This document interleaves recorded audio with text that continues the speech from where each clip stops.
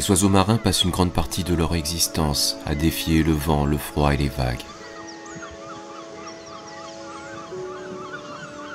Même si ces animaux sont très à l'aise avec l'élément liquide, la terre ferme reste pour eux totalement indispensable. Et le moment venu, ils s'y regroupent par centaines. Alors pourquoi adopter cette organisation sociale si particulière? Et quels sont les bienfaits d'une vie en colonie? Actuellement, il existe certaines hypothèses qui nous aident à comprendre un peu plus ce que nous admirons.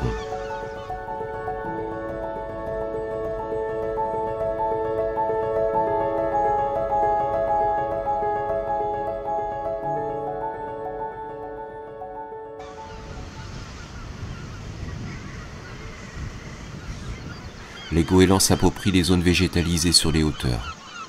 Ils installeront leurs œufs dans une dépression creusée à même le sol.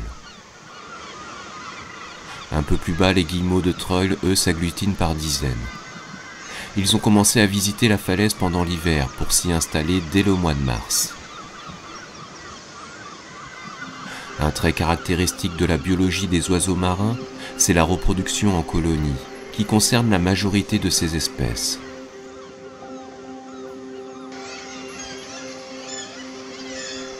La taille de ces colonies peut varier de quelques individus à plusieurs millions d'oiseaux.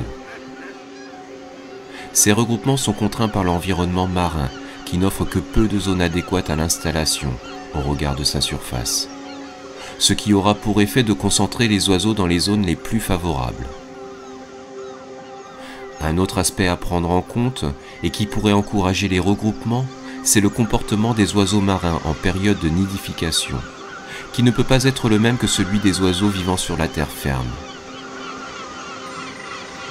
En mer, la localisation et l'abondance de nourriture est très fluctuant et les distances à couvrir relativement importantes, ce qui rend la défense d'un territoire totalement impossible.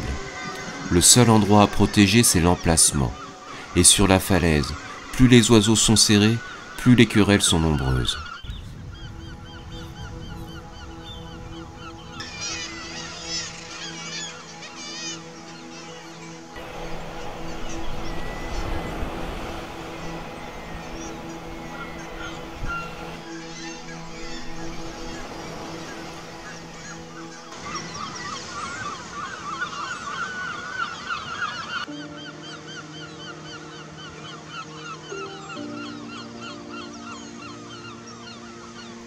Les cormorans huppés couvent déjà depuis un moment. Ils occupent des zones relativement larges pour leur nid imposant. Ces oiseaux vont utiliser les ressources locales pour s'alimenter. Alors que le guillemot n'hésite pas à s'éloigner, lui, pour trouver de la nourriture, mais peut-être pas au hasard. La colonie favoriserait les échanges d'informations sur les zones probables de pêche. On qualifie ce transfert d'informations de passif, c'est-à-dire sans réelle intention d'échange. Mais pour les oiseaux, l'optimisation du temps et de l'espace est un enjeu à la fois stratégique et vital. Les oiseaux postés sur la falaise observeraient les trajectoires suivies par leurs semblables sur leur retour.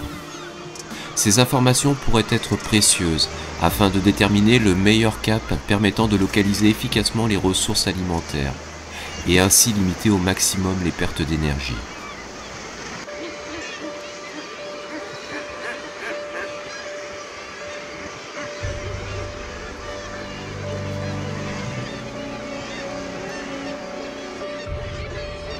Quand il s'agit de répondre aux défis de l'océan, les oiseaux marins ne manquent pas de ressources.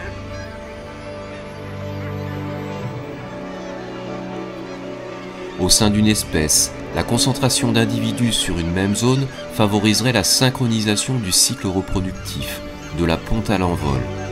Et cette synchronisation provoquerait un effet de dilution face aux prédateurs. L'élevage simultané des jeunes oiseaux a pour effet de diminuer mécaniquement la durée de la période de prédation et par conséquent de limiter le nombre de victimes.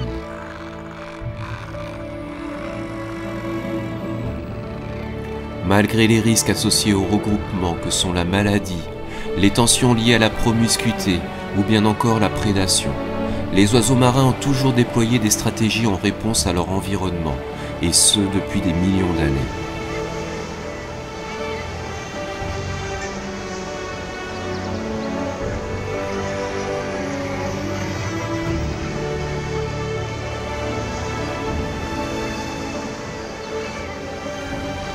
L'heure du départ approche bien trop vite. Je les regarde une dernière fois, touché par l'expression du vivant qui m'entoure, percuté par le poids des hommes qui menacent en permanence l'équilibre de ces oiseaux.